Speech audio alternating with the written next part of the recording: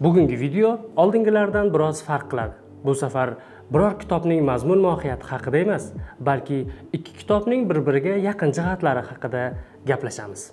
Birinchi kitobimiz bir yil ichida kitobxonlar orasida nihoyatda mashhurlikka erishgan Yuy Xuaning Yashamoq romani. Ikkinchisi esa bir necha yillardan beri kitobxonlarga yaxshigina tanish bo'lgan Ato Hamdam va Leonid Chigrin hammuallifligidagi Yapon zobiti asari. Videoni boshlashdan oldin o'zbek tilida kitoblar haqida sifatli videolar davomli bo'lishida yordam berishingizni so'ramoqchiman. Buning uchun videoga like bosishingiz, kanalimga obuna bo'lishingiz va izoh yozishingiz kifoya. Bu amallarni YouTube algoritmi yaxshi ko'radi va videoni ko'proq odamga ko'rsatadi. Tushunganingiz va qo'llab-quvvatlaganingiz uchun rahmat. Video boshida aytganimdek, bugun sizlar bilan Yapon zobiti va Yashamoq asarlari haqida gaplashamiz. Ularning sifati va dizaynidan tortib, g'oyalari hamda syujetlarigacha to'xtalib o'tamiz. Mening nazarimda bu kitoblar o'rtasida qandaydir yaqinlik yoki o'xshashlik bordek, balki sizga ham shunday tuyulgandir. Avvalo, kitoblar dizaynidagi o'xshashlik haqida gaplashamiz. Ko'rib turganingizdek, ikki kitobda ham asosiy 3 rangdan foydalanilgan: qizil, oq va qora. Bu bilan nihoyatda ko'p o'limni, qon to'kilishini, oq va qora kunlardan iborat qiyinchiliklarni izohlashgandek go'yo. Chuqurroq tahlil qilinsa, ikki kitobdagi yaqqol ko'zga tashlanib turgan qizil ranglarni kommunizm bilan ham izohlash mumkin. Bilasiz, ularning asosiy rangi qizil. Yashamoq va Yapon zobiti asarlarida esa katta voqeliklar aynan kommunizm siyosati sabab kelib chiqadi. Ana endi bu kitoblarning ichiga, mazmun va syujetiga sayohat qilamiz. Ulardagi bir-biriga yaqin elementlar haqida gaplashamiz. Ikki asarda ham bosh qahramonlar hayotiga kommunizm siyosatining kirib kelishi ko'p narsalarni o'zgartirib yuboradi. Yapon zobiti asari bosh qahramoni Yutaro Todo Yaponiya imperatori tomonidan rus yerlariga yuborilgan harbiylardan biri edi. U Rus imperiyasiga qarshi bosh ko'targan kommunistlarga qarshi jang qiladi va yutqazadi.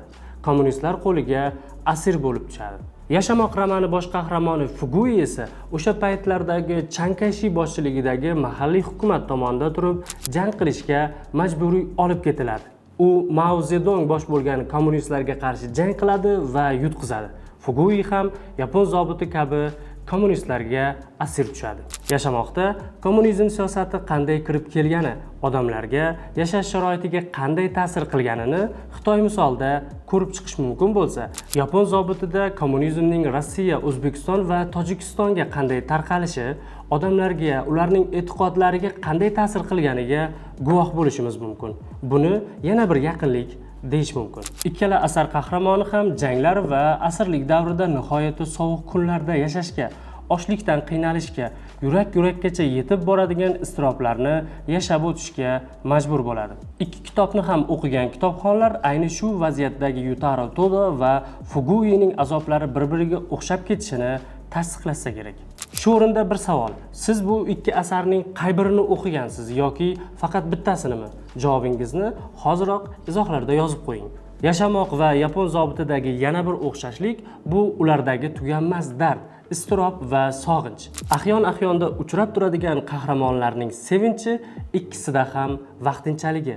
Zum o'tmay ularning hayoti yana oxiri yo'q qayg'uga ulashib ketishidir. Ikki asarning syujeti, g'oyalari va mohiyati bir-biridan juda katta farq qiladi. Ammo ulardagi qayg'u, yurt va oila sog'inchi hamda insoniy irodaning chizgilarida yaqinlik bordek. Agar siz bu ikki kitobdan faqat bittasini o'qigan bo'lsangiz, ikkinchisini ham o'qishingizni maslahat beraman. Ana shunda ongingizda yetishmay turgan ba'zi puzzlelarning o'rni to'lganini his etasiz. Har qalay, menda shunday bo'lganini his etganman. Xo'sh, bu rukundagi videoyim sizga yoqdimi? Yana aynan shunday videolar bo'lishini istarmidingiz? Fikrlaringizni izohlarda yozib qoldiring. Keyingi videolarda qaysi kitob haqida batafsil gapirib berishimni istardingiz?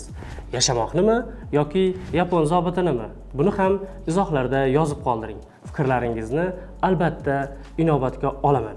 O'zingizni ehtiyot qiling. Keyingi videolarda bir burchakda ko'rishguncha.